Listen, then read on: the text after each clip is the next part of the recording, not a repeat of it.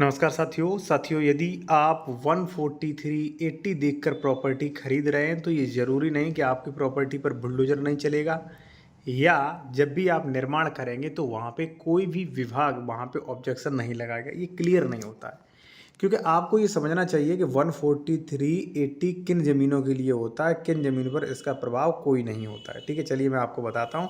और अगर आप कोई भी बेहतर कानूनी सलाह लेना चाह रहे हैं किसी भी मैटर में या कोई प्रॉपर्टी परचेज़ कर रहे हैं, उसका डॉक्यूमेंट्स वेरिफिकेशन करवाना है कि वो प्रॉपर्टी किसी भी प्रकार से इलीगल तो नहीं है, कोई केसेस वगैरह पेंडिंग तो नहीं है, तो कॉन्टैक्ट नंबर वीडियो की डिस्क्रिप्शन में मिल जाएगा हमारा। साथियों यहाँ पे आप देख सकते हैं उत्तर प्रदेश राजस्व संहिता यथा संशोधित धारा 80 के तहत अकृषि घोषित किया जाता है। अकृषि घोषित कर दिया इन्होंने, ठीक है, लेकिन यह घोषणा केवल भू राजस्व की दृष्टि से है।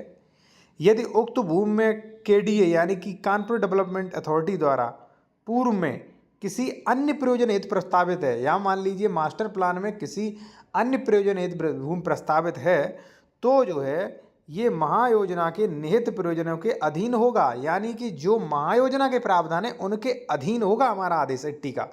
ठीक है ना, इसलिए आप जो है ये चीज़ काफ़ी चेक करें। आप आईटीआई भी डाल सकते हैं। अब एग्जाम्पल आपके सामने है साथियों, देखिए क्या हुआ एक्चुअली। यहाँ पे एक व्यक्ति ने प्रॉपर्टी खरीदी थी, उनको नोटिस आया कि कृपया अपने पत्र दिनांक इसको जो है संदर्भ ग्रहण करना चाहें। आप द्वारा जनसूचना अधिनियम के अंतर्गत मानी गई सूचना इस प्रकार है। अवगत कराना है कि फलाने फलाने आराजी संख्या 228 गीडा के सुनियोजित विकास के लिए आरक्षित है। उक्त ग्राम के अधिसूचित क्षेत्र के अंतर्गत आता है। इस क्षेत्र में किसी प्रकार का निर्माण वर्जित है साथियों। ठीक है ना, तो अब देखिए क्या हुआ, इन्होंने प्रॉपर्टी तो खरीद ली, ठीक है, बाद में इन्हें पता चला कि भाई ये तो आरक्षित जमीन है और इस पर किसी भी प्रकार का निर्माण वर्जित है। तो आप भी इन चीज़ों से बचें साथियों। और अगर आप कोई भी विशेषज्ञ द्वारा कंसल्टेशन करना चाह रहे हैं, अपने डॉक्यूमेंट्स वेरिफिकेशन करवाना चाह रहे हैं बेहतर तरीके से, निष्पक्ष तरीके से, तो आप चेक करवा सकते हैं, जिससे धोखाधड़ी से बच सकें आप।